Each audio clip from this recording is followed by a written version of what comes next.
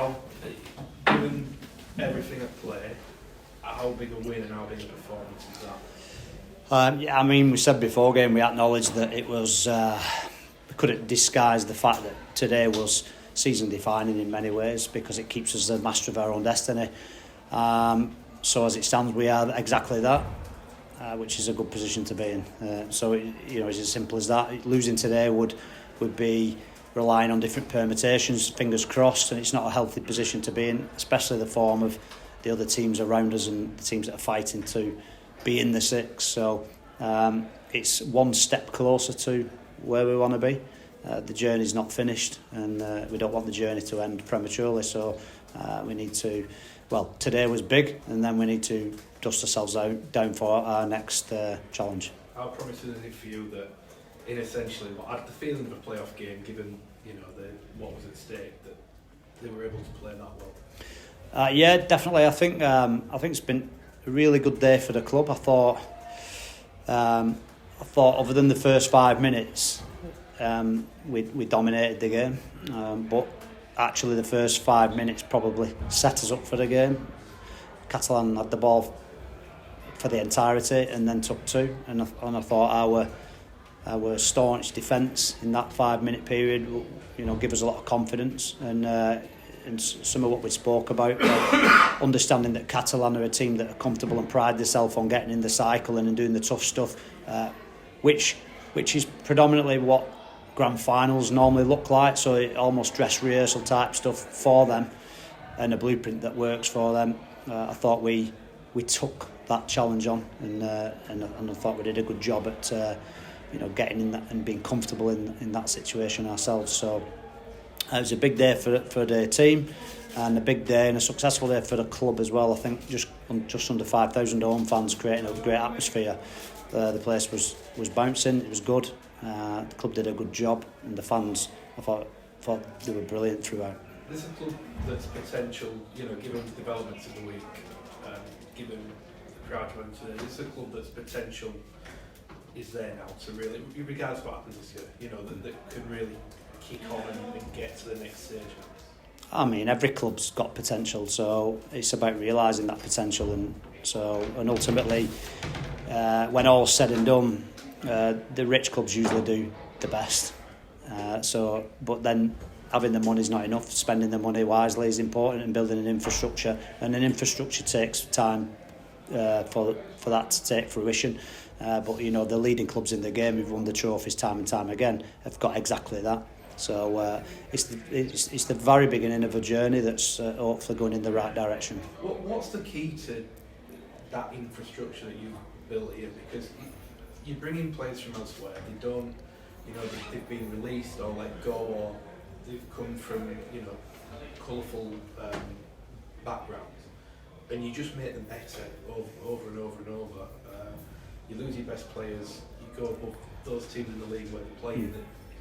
What is the secret that no one else can quite put the finger on? I just think it's horses for courses. I think in some of the establishments and environments of other clubs and bigger institutions, there's and take it as far as an extreme as NRL, then there's a pressure pot of pressure that's continuously being fed from underneath, and a conveyor belt of talent. Obviously we don't have that, so we have to spot talent that may be misplaced in other organisations or misunderstood in other organisations. We don't always get it right, and we won't always get it right, but at the minute we've got quite a few players in our team who are doing a good job for us. Despite the stadium deal potentially opening up more revenue stream, therefore more revenue available to you, that ethos probably won't change, will it? You'll still spot the talent that's overlooked. Well, not in the immediate future, because the stadium deal at the minute bears no fruit to us. They don't give us the key, which we spoke about the other week, plus a bag of money. So it's that's the only thing. This is a long-term plan, and this is the start of a journey, and it'll be it'll require patience, and but at least there's light at the end of the tunnel, and the supporters of Salford. The main thing is the supporters of Salford have got a future, a ground that they can be proud of, and call their own. After losing the Willows all them years ago with all the shake-up and the new rules and infrastructures, I think it's been a while since that, and everybody misses that. You want somewhere you can call your home, and so hopefully for me the immediate change and the short-term changes I'd like to see is for our fans to identify with our club, whether that be a stadium that has more branding or more accessible for events on match day. A little bit more flexibility to kind of do what we want is probably the easiest way of saying it. Have you spoken to those upstairs about what the deal means for the club and therefore what it means for you as leader of the team? Not in the immediate, because we've got too much on at the minute, so we know it's good. I think it's the difference between renting a place and owning a place. If you can own it, that's better. So we've got a great relationship with the City of Salford Council, and so together, we'll push forward. And there's other ventures in and around the stadium now. It'd be great, wouldn't it, in 5 years' time, 10 years' time, that this was a vibrant place to come and visit with things around it. Whether that be sporting centre of excellences or whatever it is in and around the area. And this stadium was utilised to its fullest potential, and other events and God knows what taking place.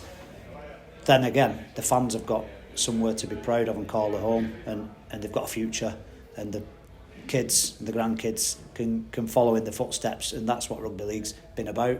The legacy, and we can continue to do that. Do you feel as though the City of Salford and areas sort of to the east, like Manchester and Trafford and Stockport, are almost like untapped markets for both the club and the game as a whole? Because the big area, lots of people live there. Most definitely, and again, it's we all know it, but then having the resource to go out and mine that talent is a different prospect. So ultimately, you want the best athletes turn into rugby league, not turn into soccer or rugby union. You want them to turn into rugby league. So what we can provide as a club and as a sport is opportunity. We'll always get the best athletes, but sometimes second and third best athletes aren't too bad either, and we might have to mine it a little bit deeper and a little bit harder and find the ones that get missed or might not just fit the shape and size of a rugby union player or what their requirements are. And in some ways, the new stadium deal and also who's taking over now, Salford Council, would help the club not put money into looking for that talent. You can certainly have your eye more on it than sort of basically just paying the bills, Yeah, well, our club service in the area is good for the area first and foremost. So it's in the area's interest to help the club to put people in and give youngsters some role models and some aspiration and some opportunity in whatever way and walk of life that is. So together as partnerships, that the council and our stadium seem to be merging a very strong partnership that will have mutual benefits, then everybody's a winner. But I feel like I've just wrote the academy bid all over again here, Gary. Yeah, just get it in writing, just submit it to you. I think you'll get it back.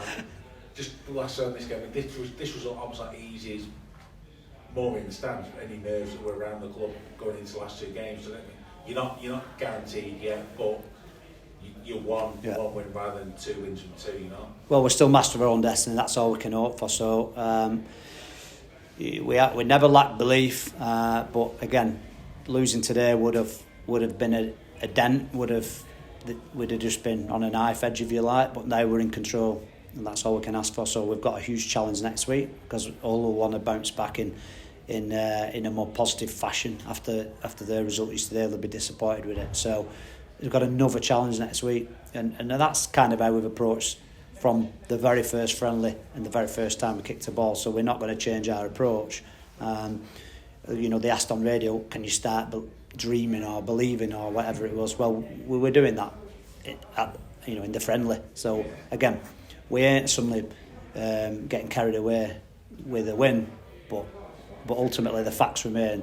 We've just come across a team that's been a consistent top performer year on year, big physical side, and we've come out on top. and maintained a very, very proud home record, which is really important to us.